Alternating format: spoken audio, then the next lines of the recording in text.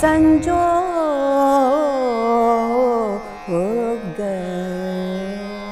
આજનો જે સમય છે એમાં ગુરુનું મહત્વ આપ કેવી રીતે સમજાવી શકો? ગુરુ કઈ રીતે વિચારે છે એ જ્યાં સુધી શિષ્ય પોતાની દિનચર્યામાં ગ્રહણ ન કરે ત્યાં સુધી એ જ્ઞાન જે આપણે કહીએ છીએ એ પ્રાપ્ત નથી થતું. શિષ્ય પોતાનું સમર્પણ કે સંપૂર્ણ એક સમર્પણ ગુરુને આપે છે કે તમે જે શીખવશો એ પરંપરાને હું લઈને આગળ વધીશ. તો જસરાજજી બી સામે બેઠેલા, ગુરુજી બી સામે બેઠેલા, અને કાર્યક્રમ મારો પૂરો થયો તો ગુરુજી બેકસ્ટેજ આવ્યા. અચ્છા. અને મેં એમને પ્રણામ કર્યા અને ખૂબ એમને આશીર્વાદ આપ્યા અને મને ખૂબ અચ્છા કર રહી હો, કભી સીખને કા મન હો તો હમારે પાસ આ જાના. દર્શક મિત્રો, આજના કાર્યક્રમની શરૂઆત છે ને કબીરના એક દોહાથી કરવી છે. ગુરુ ગોવિંદ દોનો ખડે કિસકો લાગુ પાય, બલિહારી ગુરુ આપકી ગોવિંદ દિયો બતાય. પહેલા પ્રશ્નમાં કબીર પ્રશ્ન પૂછે છે કે ગુરુ અને ગોવિંદ, ગોવિંદ એટલે પ્રભુ ઈશ્વર, આપણી સામે આવીને ઊભા રહે તો પહેલાં કોને પગે લાગુ? અને બીજા પ્રશ્નમાં એ પોતે જ જવાબ આપે છે કે બલિહારી ગુરુ આપની, તમારી ખૂબ ખૂબ કૃપા ગુરુ, કે જે ગોવિંદ સાથે મારો ભેટો કરાયો, કે જે ઈશ્વરની કૃપા શું છે, ઈશ્વર શું છે એ તે મને સમજાવ્યું. આજના જમાનામાં વાત કરીએ ને તો ગુરુ એક ક્લિકથી દૂર નથી. એક ક્લિક કરીને આપણને મોબાઈલના સ્ક્રીન ઉપર જે જોઈએ એ માહિતી આપણને મળે છે. પણ જે ગુરુની વાત છે, જે દિશા બતાડનાર, જે માર્ગ ચિંધનાર ગુરુની વાત છે એ તો ગુરુ જ જાણે અને એનો શિષ્ય જ જાણે. નમસ્કાર દર્શક મિત્રો, હું છું બેલા 40,000 અને આપ સર્વેનું સ્વાગત છે આજના કાર્યક્રમ ગુડ મોર્નિંગ ગુજરાતમાં. દર્શક મિત્રો, આજે આપણી સાથે સ્ટુડિયોમાં ડૉક્ટર વિરાજબેન અમર ઉપસ્થિત છે, જેઓએ ગુરુ સાથે સાચી પરંપરા એટલે કે જે ગુરુ શિષ્ય પરંપરા છે તેનાથી સંગીતને સમજ્યું છે, સંગીતની સાધના કરી છે અને હાલ તેઓ ગુજરાત યુનિવર્સિટીમાં ઉપાસના કોલેજ ઓફ પરફોર્મિંગ આર્ટ્સના વડા તરીકે કાર્યરત છે અને ઘણા બધા શિષ્યોને ગુરુની જેમ જ સંભાળીને સાચવીને સાધના કરાવે છે. તો મળીએ વિરાજબેનને અને જાણીએ તેમની સંગીતની સફર અને ગુરુ શિષ્ય પરંપરાને વધુ ડિટેલમાં. વિરાજબેન, આપનું ખૂબ ખૂબ સ્વાગત છે અમારા કાર્યક્રમ ગુડ મોર્નિંગ ગુજરાતમાં. કેમ છો બેન? થેન્ક યુ બેલા. વિરાજબેન, તમારી હું પણ એક શિષ્ય જ છું, એટલે એક શિષ્ય તરીકે જેમ પ્રશ્ન પૂછવાનું મન થાય કે ગુરુ શિષ્ય પરંપરાની આપણે વાત કરીએ છીએ તો આજનો જે સમય છે એમાં ગુરુનું મહત્વ આપ કેવી રીતે સમજાવી શકો? પહેલાં તો મને એવું લાગે છે કે ગુરુ શિષ્ય પરંપરા એક આપણી ધરોહર છે અને જુદી જુદી રીતે ગુરુ શિષ્ય પરંપરાનું પ્રોપગેશન થયું છે. એમાં યુનિવર્સિટી મેથડ કે સ્કૂલ કોલેજ મેથડ એક એનો જ ભાગ છે, પણ વધારે છોકરાઓ સુધી કે વધારે વિદ્યાર્થીઓ સુધી પહોંચાય એ માટે આપણે યુનિવર્સિટી મેથડમાં પ્રચાર પ્રસાર થઈ રહ્યો છે સંગીતનો. પણ જે ગુરુમુખી વિદ્યા છે કે જે આપણે સીના બસીના કહીએ છીએ કે ગુરુની સમક્ષ બેસીને જ્યારે વિદ્યાનું આદાન પ્રદાન થાય છે ત્યારે એક જુદું ઇક્વેશન ગુરુ અને શિષ્યનું બની જાય છે. પણ મને એવું લાગે છે કે કોઈ બી મેથડમાં જો શિષ્યને ગુરુ પાસે કંઈ પ્રાપ્ત કરવાની ઈચ્છા હોય તો એ કરી જ લે છે. અને આજે તો પાછા બીજા ઘણા માધ્યમો છે, જેમ કે તમે કહ્યું તેમ કે students are just a click અવે, એટલે યુટ્યુબના માધ્યમથી કે લેક્ચર ડેમોન્સ્ટ્રેશન્સના માધ્યમથી જ્ઞાન પ્રાપ્ત થઈ જ શકે છે. પણ હું એવું માનું છું કે ગુરુનો સહવાસ અને માત્ર શીખવું એટલે માત્ર સિલેબસનું શીખવું કે માત્ર સંગીતમાં કહીએ તો રાગ શીખવા એનાથી કંઈ જ્ઞાનની પ્રાપ્તિ નથી થતી. પણ ગુરુનો સહવાસ, ગુરુ કઈ રીતે ઉઠે છે, બેસે છે, ગુરુ કઈ રીતે બોલે છે, ગુરુ કઈ રીતે વિચારે છે, એ જ્યાં સુધી શિષ્ય પોતાની દિનચર્યામાં ગ્રહણ ન કરે ત્યાં સુધી એ જ્ઞાન જે આપણે કહીએ છીએ એ પ્રાપ્ત નથી થતું. બેન, તમારા બાળપણની આપણે વાત કરીએ થોડી, કે આજે તમે જે સંગીતની જે સાધના કરીને અહીં સુધી પહોંચ્યા છો તો તમારા બાળપણને તમે જુઓ તો તમારું સંગીત તમારી જીવનમાં ક્યારે પ્રવેશ્યું હતું એવું તમને લાગે છે? મને હવે એવું લાગે છે, જેમ જેમ ઉંમર જતી જાય છે તેમ એવું લાગે છે કે આ એક પૂર્વજન્મના સંસ્કાર જ હોઈ શકે. કારણ કે સંગીત કરતા તો બધા બહુ લોકો હોય છે ને સંગીત તો ગમે જ, દરેકને ગમે, દરેક બાળકને સંગીત ગમે, પણ to be able to pursue this અને એને એક નિષ્ઠાથી એની પાછળ કામ કરવું કે એની સાધના કરવી એ એક સંસ્કાર છે. અને હું આમ વિચારું તો મારા ઘરમાં કોઈ 7 પેઢીમાં કોઈએ ગાયું વગાડ્યું નથી કદાચ, એટલે પૂર્વજન્મના સંસ્કાર જ હશે. પણ મારા ઘરમાં એક માહોલ હતો અને કલા પ્રત્યે તરફ બધાને ખૂબ એક ભાવ અને આદર, અને કલાકારો તરફ પણ. એટલે નાનપણથી અમારા ઘરે કલાકારો આવે જાય, અમે કાર્યક્રમોમાં જઈએ અને મારા મમ્મી પપ્પા મને લઈ જાય એવા સપ્તક જેવી કોન્ફરન્સીસમાં કે 10-12 દિવસ અમે સંગીત સાંભળીએ, કે સવારે ઉઠીએ ત્યારે પણ પંડિત રવિશંકરનું સિતાર ચાલતું હોય કે પંડિત જસરાજજીનું ગાયન ચાલતું હોય, એ સ્વરોથી અમે ઉઠતા હતા. એટલે ઘરમાં એ વાતાવરણ હતું. અને જે મેં કહ્યું તેમ આદર, સંગીતકારો માટે ખૂબ આદર, કે આ એક ગૂઢ વિદ્યા છે અને ગમે એવું, એટલે એ તરફ અમારું અટ્રેક્શન થાય એ માટે મારા માતા પિતા એ સંસ્કાર આપ્યા હતા. પણ મને લાગે છે કે પછી ઇવેન્ચ્યુઅલી એ લોકોએ જોયું કે મને ખૂબ રસ પડે છે સંગીતમાં. એટલે મારી મા તો પ્રોફેસર હતી સોશિયોલોજીની અને ફાધર બિઝનેસમેન. એટલે સંગીતકાર બનવું એ કોઈ પ્રયોજન જ નહોતો, એવો વિચાર જ નહોતો. પણ હું કયા કરતી હતી કે મારે સંગીત કરવું છે ને મારે શીખવું છે ને મારે ગાવું છે. તો તે વખતે અમારા ઘરની પાસે શ્રીમતી મંજુબેન મહેતા રહેતા હતા, જે ખૂબ મોટા સંગીતકાર અને સિતારવાદક. તો મારા મમ્મીએ કહ્યું કે સારું, તો તને મંજુબેન પાસે હું મૂકું છું. હું 5 કે 6 વર્ષની હતી અને મને મંજુબેનની પાસે લઈ ગયા મમ્મી. ને મંજુબેન ખૂબ પ્રેમાળ. અને મંજુબેને કહ્યું કે હા, એમની મોટી દીકરી પૂર્વી લગભગ મારી ઉંમરની, તો એમ કે પૂર્વીની સાથે વિરાજ પણ બેસશે અને બંને જણ સિતાર વગાડશે. એટલે હું ને પૂર્વી ફ્રેન્ડ્સ પણ થઈ ગયા અને હું મંજુબેનને ત્યાં જતી હતી અને નાનકડી સિતાર મારા માટે સ્પેશિયલી બનાવડાવી. કારણ કે 5 વર્ષની હતી તો સિતાર તો મોટું વાદ્ય છે, એટલે નાનકડી એક સિતાર બનાવી અને પછી મંજુબેન પાસે તાલીમ ચાલુ કરી. તો સિતારમાંથી ગાયન પર મેમ કેવી રીતે સ્વિચ થયું? એટલે મને લાગે છે કે દરેક બાળક હંમેશા એક ઇન્સ્ટ્રુમેન્ટથી વધારે એટ્રેક્ટ થતું હોય છે. ટ્રુ.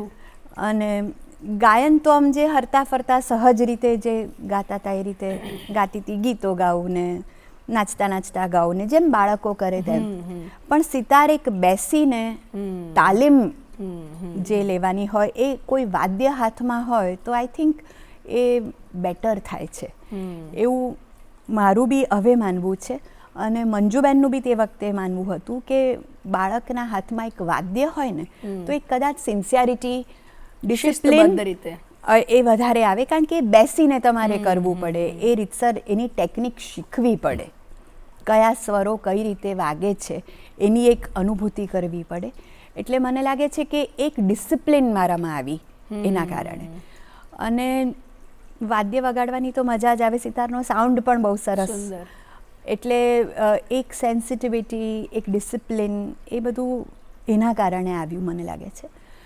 અને પછી 4-5 વર્ષ, 5 વર્ષથી વધારે, હું લગભગ 7મા કે 6ઠ્ઠા કે 7મા ધોરણમાં હતી, ત્યારે મંજુબેને મારા મમ્મીને ખાસ બોલાવીને કહ્યું કે એનામાં કોઈ સ્પેશિયલ ટેલેન્ટ લાગે છે મને, તો એને ગાયન પણ શીખવાડો. અચ્છા. એટલે મંજુબેનના કહેવાથી, કારણ કે મેં કહ્યું તેમ કે મારા મમ્મી પપ્પાને એવું કોઈ બેકગ્રાઉન્ડ નહોતું કે કેવી રીતે હવે આગળ વધશે આ. એટલે મમ્મી પપ્પાને તો એવું હતું કે મંજુબેન પાસે જાય છે, સિતાર શીખે છે. પણ મંજુબેને પારખ્યું અને મંજુબેને કહ્યું કે એને કદાચ સિતાર પણ આખું જીવન કરવું હોય તો પણ એ ગાયન કરશે તો એને બેટર એનું એક્સપ્રેશન થશે. એટલે એમ કરી અને મંજુબેનના કહેવાથી મારા મમ્મીએ મને અહીંયા વિલાસરાવ ખાંડેકરનું સંગીત વિદ્યાલય ચાલતું હતું અને ત્યાં મને એમને મૂકી. એટલે હું સિતાર પણ વગાડતી હતી અને પછી ખાંડેકર સાહેબ પાસે ગાયન પણ ચાલુ કર્યું. એટલે બલિહારી ગુરુ આપકી એમણે જ તમને હા, સાચો હા, માર્ગ બતાડ્યો કહેવાય. તો ગાયન શરૂ કરતાં કરતાં મેં સિતાર વગાડી એટલે શાસ્ત્રીય સંગીત સાથે તમારો પરિચય તો થઈ ચૂક્યો હતો, પણ પહેલેથી બાળકને કેવું હોય શાસ્ત્રીય સંગીત પ્રત્યે રુચિ કેળવવી પડે એમ હોય નહીં, તો તમને એવી કોઈ તકલીફ પડી કે ખાલી શાસ્ત્રીય સંગીત કરવાનું છે જ્યારે મૂવીના સોંગ્સ પણ ચાલતા હોય? અને એ વખતે તો ઘણા અદ્ભુત ગીતો પણ મને તો Of course, સુરીલા અને of ખૂબ course. સુંદર હા, હા. ગીતો હતા, તો એની પ્રત્યે અટ્રેક્શન ના થયું, ક્લાસિકલ તરફ જ ઝુકાવ તમારો કેવી રીતે જળવાઈ રહ્યો? એ જ મેં કહ્યું કે મારા ઘરમાં વાતાવરણ જ આ હતું. રેડિયો વાગ્યો જ નથી કદાચ મારા અચ્છા. ઘરમાં, અને એવા એવા મોટા દિગ્ગજ કલાકારોનું સંગીત સાંભળ્યું હતું, અને આવી રીતે મ્યુઝિકલ કોન્ફરન્સીસમાં જતા હતા. એટલે મારા મનમાં સંગીત એટલે આ જ. હા, બીજું કોઈ ઓપ્શન કદાચ એ સમયે મેં વિચાર્યું નહોતું. એવું નહોતું કે હું સાંભળતી નથી કે જોતી નથી પિક્ચરો ને એવું બધું, પણ સંગીત વોઝ સિરિયસ. એટલે એન્ટરટેનમેન્ટ ઓરિએન્ટેડ મ્યુઝિક તરફ મારું ધ્યાન બહુ ગયું જ નથી પહેલેથી. એક સિરિયસ વિધા છે, એક શાસ્ત્ર છે, એક પૂજા છે, એક આદરના ભાવથી સંગીતને હું જોતી હતી. એટલે એન્ટરટેનમેન્ટ મ્યુઝિક એ મારા માટે ઓપ્શન જ નહોતો. બેન, તમારો પરિચય રાજન સાજન મિશ્રાજી સાથે કેવી રીતે થયો? અને જે ખૂબ દિગ્ગજ કહેવાય, જે તમે સાંભળ્યા હશે, એટલે એવું જ એક નામ હતું જેની સાથે તમારો પરિચય થયો, અને તમારા ખરેખર ખૂબ સારી રીતે તમારે એમની સાથે શિષ્ય પરંપરાથી તમે એમની પાસે સંગીત પણ શીખ્યા. તો એ તમારી જર્ની કેવી રીતે શરૂ થઈને કેવી રહી? બિકોઝ હું સંગીતમાં એટલી બધી ઊંડી ઉતરી ગઈ હતી કે મેં ગ્રેજ્યુએશન કર્યું, હું સાયન્સ સ્ટુડન્ટ રહી ચૂકી છું. કારણ કે મેં કહ્યું તેમ કે મારા મમ્મી પપ્પાને એક ડર હતો કે સંગીતકાર કેવી રીતે થશે અને શું એના કરિયર ઓપ્શન્સ હોઈ શકે. અને આજથી 25-30 વર્ષ પહેલાં તો કદાચ વધારે એ ડર હતો કે આ ફિલ્ડમાં કઈ રીતે જવું, સંગીતકારના ફિલ્ડ, કે સંગીતકાર કઈ રીતે બનાય. એટલે એવો આગ્રહ હતો કે ભણવાનું તો ખરું જ, ભણવું તો પડશે જ, કરિયર તો બનાવવું જ પડશે. અને લાઈક એની અધર પેરેન્ટ્સ, કે હું સારી સ્ટુડન્ટ હતી તો એમ કે કરી લે ને ગ્રેજ્યુએશન, ગ્રેજ્યુએશનમાં ફર્સ્ટ ક્લાસ આવ્યો તો કે કરી લે ને હવે માસ્ટર્સ. તો હવે એટલે ધીરે ધીરે ધીરે મને પુશ એ લોકો કરતા બી હતા કે એક એકેડેમિક બેકગ્રાઉન્ડ તો જોઈશે જ અને રાખવું પણ પડશે. પણ બાય ધ ટાઈમ મારું ગ્રેજ્યુએશન પત્યું, મેં BSc કર્યું બાયોકેમિસ્ટ્રીમાં, MSc કર્યું લાઈફ સાયન્સમાં, અને કદાચ હું સંગીત ન કરતી હોત તો કદાચ મેડિસિનમાં જાત. બ્રાઇટ હતી ને શોખ હતો એટલે. પણ બાય ધ ટાઈમ મેં બાયોકેમ કર્યું, BSc, ને ત્યાં સુધી આઈ વોઝ શ્યોર કે મારે સંગીતમાં જ આગળ વધવું છે. MSc પૂરું થયું ને મારા લગ્ન થઈ ગયા. એટલે બહુ જ બધું પેરેલલી થવા માંડેલું જીવનમાં. અને પછી મને ક્લેરિટી જોઈતી હતી કે હવે મારે ફાઇનલી શું કરવું છે જીવનમાં. એટલે બાય MSc પાર્ટ 2 પૂરું થયું ને મારા લગ્ન થઈ ગયા હતા. અને પછી અમરની સાથે મારો હસબન્ડ એ વકીલ છે અને સંગીતકાર પણ છે પોતે. એટલે અમર સાથે ઘણી વખત ડિસ્કસ થતું હતું કે હવે શું કરીશ ને શું કરવું છે. ને મેં લેક્ચરરશીપ પણ કરી એઝ અ લાઈફ સાયન્સ ડિપાર્ટમેન્ટમાં 1 મહિનો. અને પછી મેં અમરને કહ્યું કે ના, મારે કંઈ બાયોકેમિસ્ટ્રી ને લાઈફ સાયન્સ ને એવું બધું નથી કરવું, મારે તો ગાવું છે. એટલે અમારે કોઈ પણ તું ગાય જ છે એટલે શું કરવાનું આમાં બીજું એમ. મેં કહ્યું ના, હજી તો મારે શીખવું છે. અને બાય દેટ ટાઈમ મારું સંગીત વિશારદ અને સંગીત અલંકાર અને થઈ ગયેલું બધું. એટલે પરીક્ષા પદ્ધતિથી હું ગુજરી ચૂકી હતી. એટલે 1 more ડિગ્રી એટલે પ્રોબેબલી ડોક્ટરેટ કરું, પણ પછી આગળ શું કરવું. એટલે ખાલી ડિગ્રીઓ ભેગી કરવી એ કોઈ ઓપ્શન નહોતું. અને આ બાજુ MSc પણ કરેલું, એટલે આઈ હેડ ટુ મેની ડિગ્રીઝ. એકેડેમિકલી ઘણું કરી ચૂકી હતી હું. એટલે મેં અમરને કહ્યું કે મારે માત્ર હવે ગાવું છે, મારે ભણવું નથી, એકેડેમિકલી ભણવું નથી. તો એને મને પૂછ્યું કે શું કરીશ. મેં કહું મારે કોઈ મોટા ગુરુ પાસે જવું છે અને વિદ્યા પ્રાપ્ત કરવી છે અને ગાવું છે. એ દરમિયાન એવું, જેમ મેં કહ્યું કે હું સપ્તકને બધા પ્રોગ્રામમાં જતી બી હતી અને પરફોર્મ પણ કરતી હતી નાના મોટા પ્રોગ્રામોમાં. તો એવા એક પ્રોગ્રામમાં લાયન્સ હોલમાં સપ્તકની એક કોન્ફરન્સમાં મેં ગાયું હતું. અને ત્યાં રાજન સાજનજી મારા ગુરુ સામે બેઠેલા ઓડિયન્સમાં. એ વખતે સપ્તકના પ્રોગ્રામમાં એવા દિગ્ગજો સામે બેસીને સાંભળતા હતા. બિલકુલ. તો જસરાજજી બી સામે બેઠેલા, ગુરુજી બી સામે બેઠેલા. અને કાર્યક્રમ મારો પૂરો થયો તો ગુરુજી બેકસ્ટેજ આવ્યા. અચ્છા. અને મેં એમને પ્રણામ કર્યા અને ખૂબ એમને આશીર્વાદ આપ્યા. અને મને કહું, અચ્છા કર રહી હો, કભી સીખને કા મન હો તો હમારે પાસ આ જાના. સામેથી એમણે તમને કીધું. એટલે મને એમ થાય છે કે આજે મેં કહ્યું ને બેલા કે પૂર્વજન્મના સંસ્કાર, કોણ ક્યાં જાય છે, ક્યાં માર્ગ આપણને મળે છે. બાકી હું ક્યાં, હું અમદાવાદમાં ક્યાં, પંડિત રાજન સાજન મિશ્રા ક્યાં, અને એક આખો આવો દ્વાર ખુલ્યો મારી સામે કે અરે આ બી એક પોસિબિલિટી છે જે મેં વિચાર નહોતો કર્યો. મારે તો માત્ર ગાવું હતું, પણ કઈ રીતે હું આગળ વધું એ મને કંઈ ખબર જ નથી.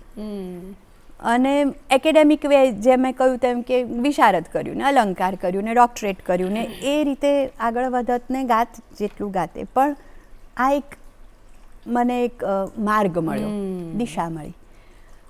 પછી તો મારા મનમાં એ વાત આવી અને પછી મેં મારા હસબન્ડ સાથે વાત કરી. મેં કહ્યું કે મને તો જવું છે હવે દિલ્હી. એટલે એને કહું કે હા. તો અમે બંને નાના નાના હતા અને we were still looking for our careers. અને અમે આગળ કઈ રીતે, એ બી ફ્રેશ વકીલ થયેલો તે વખતે, એ બી લાઈફમાં સેટલ થતો હતો અને મને બી એક દિશા જોઈતી હતી. એટલે મેં કહું કે હું તો દિલ્હી જઈશ અને મારે તો શીખવું છે એમની પાસે. તેમને કહ્યું કે અમારે કહ્યું કે આપણે કાગળ લખી જોઈએ એમને. તે વખતે તો કાગળ લખતા હતા. તો મેં રાજનજીને કાગળ લખ્યો અને નોટ ઇવન એક્સપેક્ટિંગ, મેં કહું કે એ તો ભૂલી ગયા હશે પણ આપણે લખીએ તો ખરા એમ. એટલે મેં કાગળ લખ્યો એમને કે અમને તમે આવી રીતે સાંભળેલી મને અને ઈચ્છા છે આપની પાસે આવવાની. તેમની વળતી ટપાલ આવી અને એમને કહું કે હા હા હમકો तुम्हारा गाना याद है और दिल्ली आ जाओ. અચ્છા. તો અમે લોકો તો તાત્કાલિક ટિકિટ કરી અને દિલ્હી પહોંચી ગયા હું ને અમર. અને પછી એમને મને ફરી સાંભળી અને કહ્યું કે હવે તારું ગંડાબંધન હું કરીશ અને ગંડાબંધન વગર હું તને નહીં શીખવું.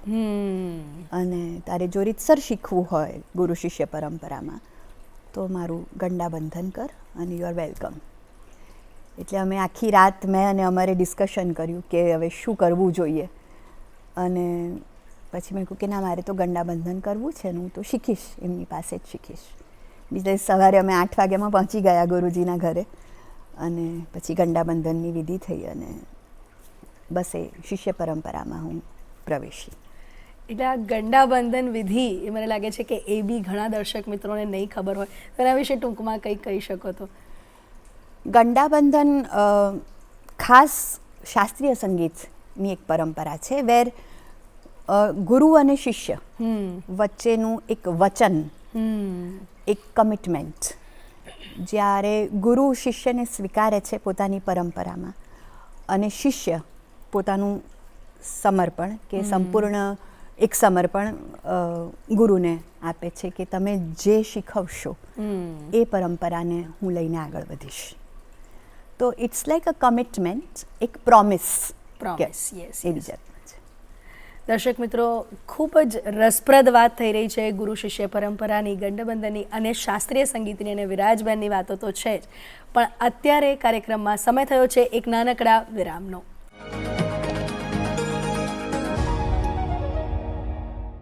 દર્શક મિત્રો, ગુડ મોર્નિંગ ગુજરાત કાર્યક્રમમાં આપનું પુનઃ સ્વાગત છે. આપણે વાત કરી રહ્યા છીએ ડૉક્ટર વિરાજ અમર સાથે.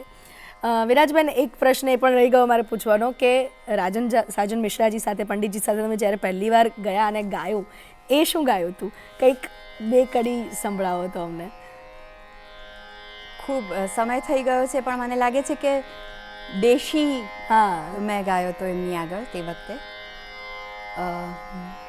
એક બે કડી હું ગાઉં. ખૂબ મુશ્કેલ હવે લાગે છે કે આટલું મુશ્કેલ રાગ ગુરુજી આગળ કેમ ગાવાનો મેં પ્રયત્ન કર્યો હશે, પણ એ નાદાનીમાં કદાચ. સા ગ રે ગ સા રે ની સા સાચી કહત હૈ આદા રંગ અબ સાચી કહત હૈ આદા રંગ અબ નદી નાવ સંજો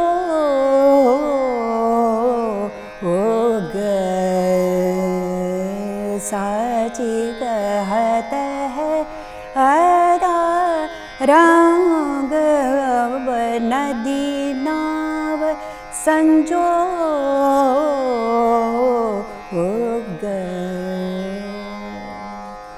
कौन किसी के आवे जावे दाना पानी की समत लावे यही कहत सब लोग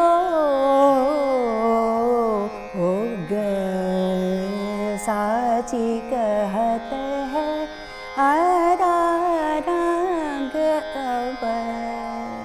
બેન મને એવું લાગે છે કે તમે એવું કહો છો કે આ અઘરું છે, પણ તમે ગાઓ છો ત્યારે કંઈ જ અઘરું લાગતું નથી અમને. એમને એવું લાગે છે કે બરાબર છે, તમારા માટે જ છે આ. એટલે ખૂબ સુંદર, અને પ્રભાતનો જ આ સવારનો જ રાગ છે એટલે ખૂબ અત્યારે સુંદર પણ લાગી રહ્યું છે વાતાવરણ. તો બેન પરફોર્મન્સ તો તમારું, અને પંડિતજી સાથે ભેટો થયા પછી તો તમે ઘણું પરફોર્મ બી કર્યું હશે, કારણ કે એક નામ જોડાઈ જાય ને આપણી પ્રોફાઇલમાં, ખૂબ મોટું નામ હતું. તો પછી એકેડેમિક્સમાં તમે જે પ્રવેશ કર્યો, મને યાદ છે કે અમે જે કોલેજમાં ભણતા હતા એમાં તમે અમને ભણાવવા આવતા હતા, અને એ જે એકેડેમિક્સનું તમારું જે ચક્કર શરૂ થયું એ કેવી રીતે અને કેમ કર્યું તમે? એટલે હું એ પહેલાંનું એક લાઈફનો એપિસોડ એ કહું કે હું જ્યારે ગુરુજી પાસે ગઈ, રાજનજી પાસે શીખવા, ત્યારે હું ડૉક્ટરેટ ઓલરેડી કરતી હતી. અચ્છા. અને પંડિત નારાયણરાવ પટવર્ધન જે MS યુનિવર્સિટીના ડીન હતા, એમની પાસે મેં ડૉક્ટરેટમાં એનરોલ કરેલું હતું, અને લગભગ 2.5-3 વર્ષથી એ કામ એસ્થેટિક્સ ઓફ અ બંદિશ પર મારું તે વખતે થીસીસનું રિસર્ચનું કામ ચાલતું હતું. પછી હું ગુરુજી પાસે ગઈ અને એમને મને પૂછ્યું કે તું શું કરે છે હમણાં? એટલે મેં કહું હું ડૉક્ટરેટ કરું છું. એટલે એમને કહું કે અચ્છા તબ તો બહુત પढ़ी लिखी हो तुम, તો ગાના મત ગાઓ, યહી સબ કરો. એટલે મેં કહું કે ના ના, મારે તો કંઈ આવું બધું નથી કરવું, મારે તો ગાવું જ છે. એટલે એમને કહું કે અચ્છા તો ગાવું હશે તો છોડી દે તારું ડૉક્ટરેટ. એટલે મને લાગે છે એ મને ટેસ્ટ કરતા હતા તે વખતે, કાં તો એમને એવું હશે કે જો આ એકેડેમિક્સમાં જ જવાની હોય તો એ ગાવા વગાડવાનું ને સાધના ને બધું ક્યાં થવાનું છે. તો એમને ખાલી એક વાત મૂકી જોઈ મારી આગળ. એટલે મેં કહું કે હું તો છોડી દઈશ ડૉક્ટરેટ, મારે તો કંઈ ડૉક્ટરેટ નથી કરવું. ધીસ ઇઝ વોટ ગઠબંધન ઇઝ ને, કે આ એક સમર્પણ કે તમે કહો તે કરીશ. બિલકુલ. એટલે તે વખતે મારા મનમાં એવો વિચાર પણ ના આવ્યો કે 3 વર્ષ થઈ ગયા છે એનું મારું ડૉક્ટરેટ હવે 6 મહિના વર્ષમાં પૂરું થવાનું હતું. પણ એમને કહું કે છોડી દે, અને મેં કહું કે હા હું છોડી દઈશ, અને મેં છોડી પણ દીધું. અને એટલે તે વખતે મારું એકેડેમિક્સ ઓલમોસ્ટ મેં મૂકી દીધું, કારણ કે આઈ હેડ ઇનફ ઓફ ઇટ. મેં કહ્યું તેમ કે બધી ડિગ્રીઓ પર ડિગ્રીઓ કરેલી, અને મને થયું કે હું એક તબક્કે ડૉક્ટરેટ થઈ બી જઈશ તો પણ શું, વોટ નેક્સ્ટ, ફાઇનલી તો મારે ગાવું જ છે. એટલે એ વિચારથી મેં ડૉક્ટરેટ તે વખતે છોડી દીધું, અને મને થયું કે હું જો હમણાં નહીં છોડું તો હું પાછું એ ચુંગુલમાં પાછી જઈશ. એટલે તે વખતે મેં એકેડેમિક્સને વિરામ આપ્યો ત્યાં, અને ગુરુજી પાસે બિલકુલ ગુરુ શિષ્ય પરંપરાથી ગાયન ચાલુ કર્યું. એ કહે એટલું ગાવું, એ કહે ત્યાં ગાવું. અચ્છા. એટલે એ કહે કે તારે અહીંયા ગાવાનું છે, કે રેકોર્ડિંગ્સમાં બી એ ઘણી વખત કહે કે તારે અહીંયા રેકોર્ડિંગ કરવાનું છે, કે અહીંયા નથી કરવાનું, કે આજે નથી ગાવાનું. તો હું ના પણ જાઉં. એટલે બિફોર એવરી પ્રોગ્રામ કે બિફોર એવરી પરફોર્મન્સ કે બિફોર એવરી રેકોર્ડિંગ હું એમને પૂછું, અને તો જ હું કરું. એટલે એ રીતે હું બંધાઈ ગઈ હતી અને કમ્પ્લીટલી પરફોર્મન્સ ઓરિએન્ટેડ એ મારું ફેઝ હતો લાઈફનો. પછી મારી દીકરીનો જન્મ થયો અને મારું ટ્રાવેલ, અને તે વખતે હું ટ્રાવેલ પણ ખૂબ કરતી હતી કારણ કે દર મહિને કે દર અધર મંથ તો હું દિલ્હી જ લગભગ દિલ્હી એમના ઘરે જઉં અને એમને ત્યાં જ રહેતી હતી દિલ્હી જ્યારે બી જવું તો. એટલે 10-12 વર્ષ મેં લગભગ એવું અપ એન્ડ ડાઉન કર્યું. પછી એમાં આદ્યાનો જન્મ થયો અને પછી મને થયું કે મારું ટ્રાવેલિંગ હવે રિસ્ટ્રિક્ટ થશે થોડું, ને એટલું બધું હું ટ્રાવેલ નહોતી કરવા ઈચ્છતી પણ. એટલે એ દરમિયાન મેં ગુરુજીને કહ્યું કે હવે હું શું કરીશ, મારાથી આટલું બધું મારે ટ્રાવેલ નથી કરવું હવે. તમને કહું કે દેખો જहाँ भी मन हो वहाँ गाओ. એ દરમિયાન મને જેજી કોલેજમાંથી ઓફર આવેલી. જેજીમાં પરફોર્મિંગ આર્ટ્સ ડિપાર્ટમેન્ટ નવો ખુલ્યો અને એમ કે તમારે અહીંયા શીખવવું હોય તો મને થયું કે મે બી ધીસ અ ગુડ ઓપ્શન. એમ કરીને મેં અઠવાડિયામાં 1 વખત કે 2 વખત એવી રીતે ચાલુ કર્યું. એટલે એ મારા માટે એક નવી વાત હતી કે અહીંયા રહે હું કારણ કે મારે ક્લાસ પદ્ધતિમાં બી પડવું નહોતું અને મારે ક્લાસ ખોલીને બેસવું ઘરમાં એ પણ એક મોટું કમિટમેન્ટ હોય છે, એ પણ મારે નહોતું કરવું. એટલે મારે પાર્ટ ટાઈમ ટીચિંગ હું કઈ રીતે એક્સપ્લોર કરી શકું એમ કરીને મેં જેજીમાં થોડું આવી રીતે શીખવવાનું ચાલુ કર્યું. એટલે એ રીતે એકેડેમિક્સમાં મેં ઝંપલાવ્યું થોડું. પછી એમાં રસ પડવા માંડ્યો મને અને પછી જેજીમાંથી જ મને પ્રિન્સિપલશિપ પણ ઓફર થઈ. એટલે 2 વર્ષ ત્યાં પ્રિન્સિપલ તરીકે પણ કામ કર્યું. એટલે મને જાણે મારી સામે ડેસ્ટિની રસ્તા ખોલતી ગઈ, ઓપન કરતા હતા. રાઈટ. અને જાણે મારે કંઈક બીજી દિશામાં જવાનું છે કે જવું છે એવો મને એક રસ્તો દેખાતો ગયો. એમાં વન ફાઇન ડે 2011માં તે વખતના વાઇસ ચાન્સેલર ડૉક્ટર પરિમલ ત્રિવેદીનો મારા મોબાઈલ પર ફોન આવ્યો કે બેન અમે ડિપાર્ટમેન્ટ ખોલી રહ્યા છીએ પણ ડિપાર્ટમેન્ટ તમે ચલાવશો તો જ અમે ખોલીશું. અચ્છા. તે વખતે તો મને થયું કે વાઇસ ચાન્સેલર આવો મને કેમ ફોન કરે છે અને મારે આ કામ કરવું છે કે નહીં મને ખબર જ નથી. એમ મેં તે વખતે ગુરુજીને પૂછ્યું. મેં કહ્યું કે मैं क्या करूँ, ऐसे vice chancellor of Gujarat university का फ़ोन आया है. तो कह रहे करके देखो, नहीं मज़ा आ रहा है तो छोड़ दो, तुम्हारा गाना तो है ही है, पर एम के देखो कि गाना नहीं सफ़र होना चाहिए और वो तो तुमको करना ही है, साथ साथ में अगर ये हो सके तो एक्सप्लोर करके देखो. એટલે મને પરિમલભાઈ એક જગ્યા બતાવી અને મને કહું કે આ તમારી હવે અને હવે તમે અહીંયા ડિપાર્ટમેન્ટ ડેવલપ કરો. એટલે મારા માટે ખૂબ ચેલેન્જિંગ હતું કે એક યુનિવર્સિટી મેથડમાં મારે પરફોર્મિંગ આર્ટ્સ લઈ આવવાનું અને શીખવવાનું અને એને એક માળખામાં મૂકવાનું. કરેક્ટ. એટલે it was a very big challenge અને એક પરફોર્મર તરીકે એને આખું ઇન્સ્ટિટ્યુશનલાઇઝ કરવું સંગીતને અને કઈ રીતે શીખવવું અને એની મેથોડોલોજી અને એના કોર્સીસ ડિઝાઇન કરવાના અને એ બધું મને રસ પડવા માંડ્યો કારણ કે મારું એક સાયન્સ બેકગ્રાઉન્ડ હતું, એક એકેડેમિક બેકગ્રાઉન્ડ હતું અને એક ઇન્ટેલેક્ચ્યુઅલ બેન્ટ પણ હતો મારી અંદર. જે મને એમ થયું કે જે મેં 10-15 વર્ષ બિલકુલ ભાવાત્મક રીતે સંગીતને જોયું, હવે મારે એક જુદી રીતે સંગીતને હું જોઈ શકીશ. તો it was challenging for me અને 2011માં ઉપાસનાની સ્થાપના થઈ અને પહેલાં તો માત્ર માસ્ટર્સ કોર્સથી ચાલુ કર્યું અમે કારણ કે યુનિવર્સિટીનો પ્રેરોગેટિવ હોય છે કે માસ્ટર્સ BA BCom BJ થાય પણ માસ્ટર્સ કોર્સીસ ગુજરાત યુનિવર્સિટી કરતી હોય છે. એટલે MPA અમે ચાલુ કર્યું ઉપાસનામાં. પછી તો ગ્રેજ્યુએશન, MPhil, PhD એટલે મેઇન સ્ટ્રીમ એડ્યુકેશનમાં બધા કોર્સીસ ચાલુ થયા. એટલે PhD સ્ટુડન્ટને ભણાવવા માટે જે તમારે PhDની ડિગ્રી લેવી પડી એ કેવી રીતે પછી તમે પાછી પરસ્યુ કરી?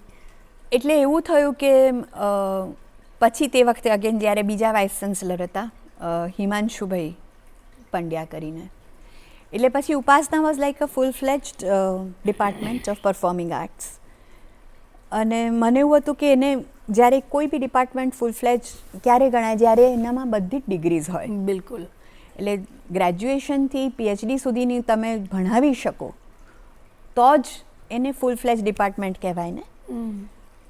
તો તે વખતે મને હિમાંશુભાઈએ કહ્યું, આપણે ત્યાં માસ્ટર્સ ચાલતું હતું અને 5 year integrated under graduate course અને એમફિલ ચાલતું હતું. તો મને કહ્યું કે હું ગઈ, મેં કહ્યું સર હવે આપણે પીએચડી બી ખોલો. તો કે કોણ કરાવશે પીએચડી અહીંયા?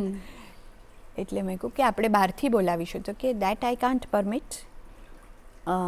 જ્યાં સુધી એટલે હું હેડ હતી કે હેડ પીએચડી ના હોય ત્યાં સુધી હું તમારા ડિપાર્ટમેન્ટમાં પીએચડી નહીં આપું. એટલે મેં કહ્યું કે સાહેબ પણ આપણે બહારથી એક્સપર્ટ્સ બોલાવીશું કે કોઈ એફિલિએશન્સ કરીશું. તો કે ના, હું નહીં આપું, હેડ શુડ બી પીએચડી. એટલે એમને મને પરસ્યુ કરી કે તમારે પીએચડી થવું પડશે, કાં તો પછી ડિપાર્ટમેન્ટમાં પીએચડી નહીં મળે. 6 માસ્ટર્સ ચાલતું. એટલે મેં કહ્યું ના, મને તો જોઈએ જ છે પીએચડી. કે તો થઈ જાઓ તમે પીએચડી. એટલે 2014માં, એટલે એઝ લેટ એઝ દેટ, હિમાંશુભાઈના કહેવાથી, એટલે એ બી મેં એક ચેલેન્જ લીધી. એટલે મેં કહ્યું કે સાહેબ હવે શું મારે પીએચડી કરવાનું? કે ના ના, તમારે કરવાનું. કેમ નહીં કરવાનું? જો તમારા ડિપાર્ટમેન્ટને તમારે સદ્ધર બનાવવું હોય તો પીએચડી કરો. એટલે ચાલુ નોકરીએ, ચાલુ કરિયર્સે, 2 parallel careers as a performer, as an એકેડેમિશિયન, administrator, 3 in fact અમે પીએચડી કર્યું. એટલે 2015માં મેં એનરોલ કર્યું. તે વખતે પાછું મેં ગુરુજીને પૂછ્યું, કારણ કે એમને મને છોડાવી દીધેલું. એટલે મેં 2015માં કહ્યું, મેં કહ્યું ગુરુજી अब ऐसा बोल रहे हमारे वाइस चांसलर सर. तो कि करो, अब तुम नहीं करोगी तो कौन करेगा. અચ્છા. એટલે અગેન આખું ગુરુજી ટર્ન્ડ. અને કારણ કે એમને થયું કે હું કરી શકું એમ છું અને મારે કરવું જોઈએ. એટલે એમને એક મને પરમિશન આપી અને પછી મેં પીએચડી કર્યું.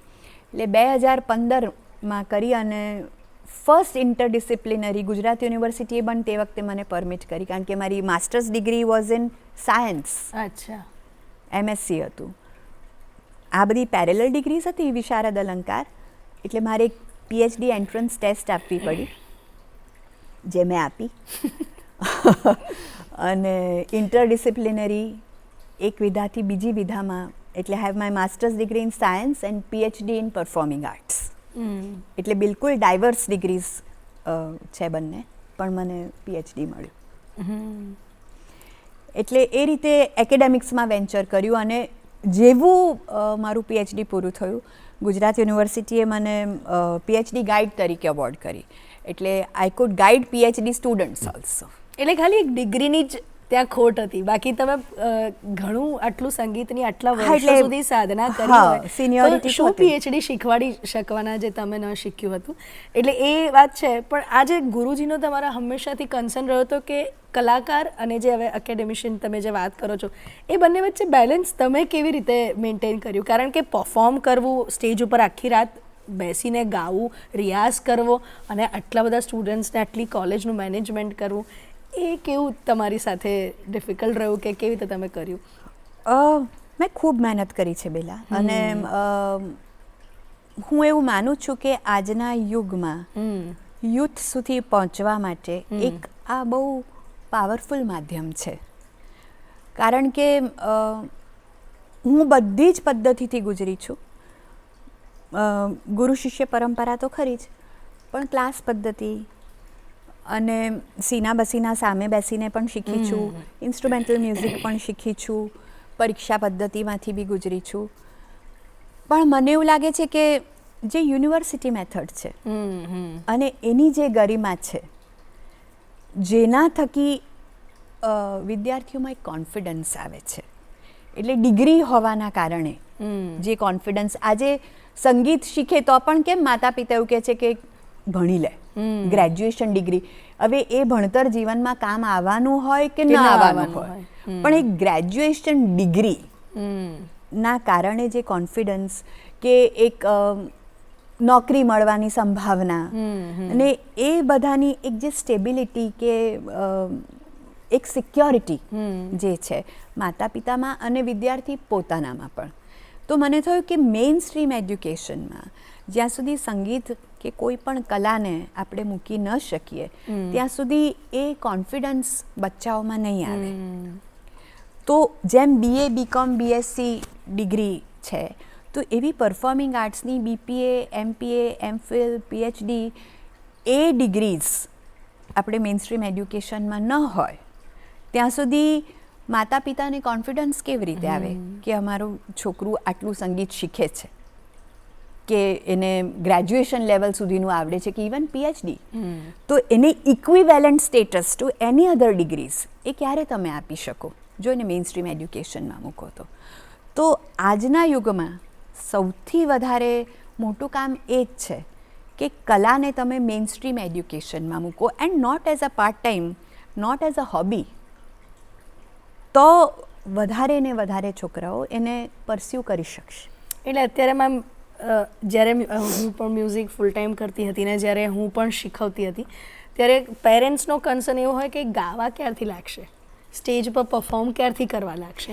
એ તો આખી જુદી બોલ ગેમ છે, કારણ કે છેલ્લા 10 વર્ષમાં મને એવું લાગે છે કે પરફોર્મિંગ આર્ટ્સ ટુ પરફોર્મ એ બહુ મોટી એક એન્ટરટેનમેન્ટ ઇન્ડસ્ટ્રી તરીકે ડેવલપ થઈ છે.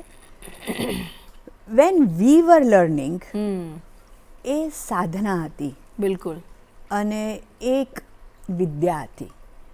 હવે એ આખી જુદી બોલ ગેમ છે. હવે it's an industry, entertainment industry. Perform શાસ્ત્રીય સંગીત specially was never a performing art. આપણે ત્યાં તો એને સાધના કહી છે, એને ત્યાં શાસ્ત્ર કહ્યું છે. તો પરફોર્મન્સ ઓરિએન્ટેડ શીખવવું એ પાછું એક જુદી વાત છે. અને એ ફોકસ ના હોઈ શકે, કોઈ બી વિદ્યાનું એ ફોકસ ના હોય કે તમે પરફોર્મ ક્યારે કરો છો. સાચી વાત છે.